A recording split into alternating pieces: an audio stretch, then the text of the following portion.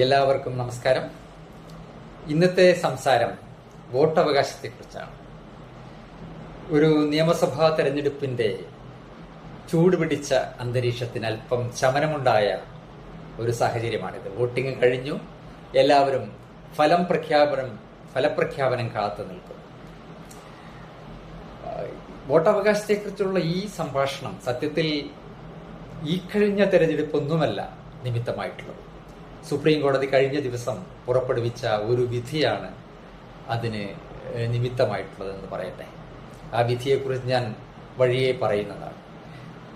ജനാധിപത്യ സംവിധാനത്തിൽ വോട്ടെടുപ്പുകൾക്ക് അല്ലെങ്കിൽ തെരഞ്ഞെടുപ്പുകൾക്ക് വളരെ പ്രാധാന്യമുണ്ട്. തെരഞ്ഞെടുപ്പിൽ മത്സരിക്കുന്ന നേതാക്കളെല്ലാം ഭയപ്പെടുന്നത് വോട്ടർമാർ നമ്മളെ കൈവിട്ട് കളയുമോ എന്നാണ്. വോട്ടർമാരുടെ പ്രീതി, സ്നേഹം അല്ലെങ്കിൽ അംഗീകാരം നേടിയെടുക്കുന്നതിന് വേണ്ടിയിട്ടാണ് എല്ലാ രാഷ്ട്രീയ നേതാക്കളും അല്ലെങ്കിൽ നേതാക്കളായി അല്ലെങ്കിൽ അധികാര പദവികൾ തെരഞ്ഞെടുപ്പിലൂടെ ലഭിക്കാൻ കാത്തു നിൽക്കുന്ന ആളുകളെല്ലാം ശ്രമിക്കുന്നത്. ആരാണ് ഈ വോട്ടർ? വോട്ടർ ആകാനുള്ള യോഗ്യത എന്താണ്? വോട്ടർ എന്നത് അല്ലെങ്കിൽ വോട്ട് ചെയ്യാനുള്ള അവകാശം ഒരു മൗലികാവകാശം അല്ല എന്നാണ് സുപ്രീം കോടതി ഈ കഴിഞ്ഞ ദിവസം പുറപ്പെടുവിച്ച ഒരു വിധിയിൽ പറയുന്നത്. ഇതൊരു മൗലികാവകാശമല്ല. സത്യത്തിൽ സാധാരണ നിലക്കൊരു ഞെട്ടലുണ്ടാക്കുന്ന ഒരു പരാമർശമാണ്. കാരണം നമുക്ക് മുന്നിൽ SIR ഒക്കെ നടക്കുന്നുണ്ട്. തീവ്ര വോട്ടർ ലിസ്റ്റ് പരിഷ്കരണം നടക്കുകയാണ്. ചില പ്രത്യേക വിഭാഗങ്ങളൊക്കെ വോട്ടർ ലിസ്റ്റിൽ നിന്ന് പാടെ നീക്കം ചെയ്യപ്പെട്ടു കഴിഞ്ഞു എന്നൊക്കെയുള്ള പത്ര റിപ്പോർട്ടുകൾ കേൾക്കുന്നുണ്ട്.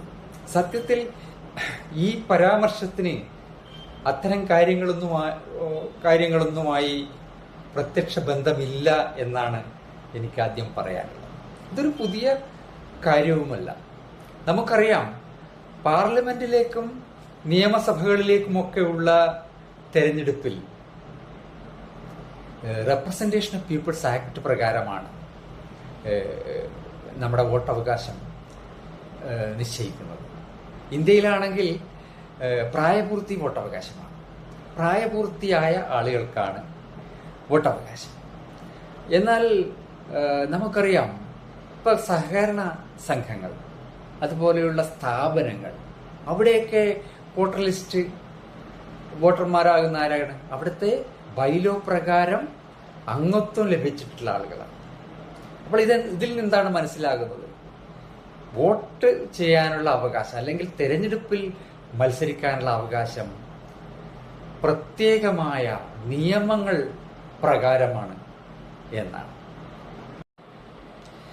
രാജസ്ഥാനിലെ ഒരു ക്ഷീരകർഷക സൊസൈറ്റിയുടെ തെരഞ്ഞെടുപ്പുമായി ബന്ധപ്പെട്ട തർക്കമാണ് സുപ്രീം കോടതിയുടെ പരിഗണനയിൽ എത്തിയത്. സുപ്രീം കോടതിയിലെ ജഡ്ജിമാരായിട്ടുള്ള ജസ്റ്റിസ് BV നാഗരത്നയും ജസ്റ്റിസ് R മോഹനും അടങ്ങിയ ബെഞ്ച് തർക്കം വിശദമായി പരിശോധിക്കുകയും ഇത് വോട്ട് ചെയ്യാനുള്ള അവകാശം ഒരു മൗലികാവകാശമല്ല എന്ന് പ്രഖ്യാപിക്കുകയും ചെയ്തു. അവിടെ വോട്ടവകാശമുള്ളത് ആ സൊസൈറ്റിയുടെ ബൈലോ പ്രകാരമാണ്.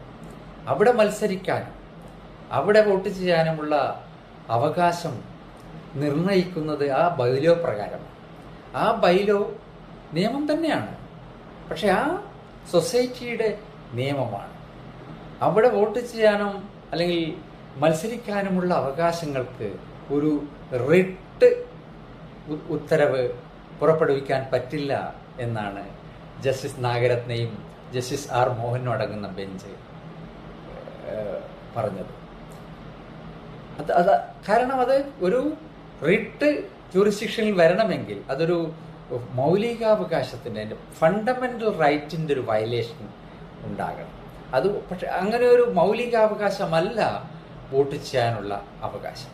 അതിനുള്ള എലിജിബിലിറ്റി, യോഗ്യത നിശ്ചയിക്കുന്ന പ്രത്യേകമായ നിയമങ്ങളാണ്, ഭരണഘടനയല്ല. അതുകൊണ്ട് ഹർജിക്കാരുടെ മൗലികാവകാശങ്ങളൊന്നും തന്നെ ലംഘിക്കപ്പെട്ടിട്ടില്ല. അതാണ് ആ കേസിൽ പറഞ്ഞിട്ടുള്ളത്. മൗലികാവകാശമല്ലെങ്കിലും രാജ്യത്തിൻ്റെയോ അല്ലെങ്കിൽ പ്രത്യേക സ്ഥാപനത്തിൻ്റെയോ ഭാവി നിർണയിക്കുന്ന അതിശക്തമായ ഒരു ആയുധമാണ് വോട്ട്. അപ്പോൾ അത് വളരെ ഉചിതമായി, വളരെ ഗൗരവത്തോടെ, ശ്രദ്ധയോടെ വിനിയോഗിക്കപ്പെടേണ്ടതാണ് എന്നാണ് സൂചിപ്പിക്കാനുള്ളത്. എല്ലാവർക്കും നന്ദി.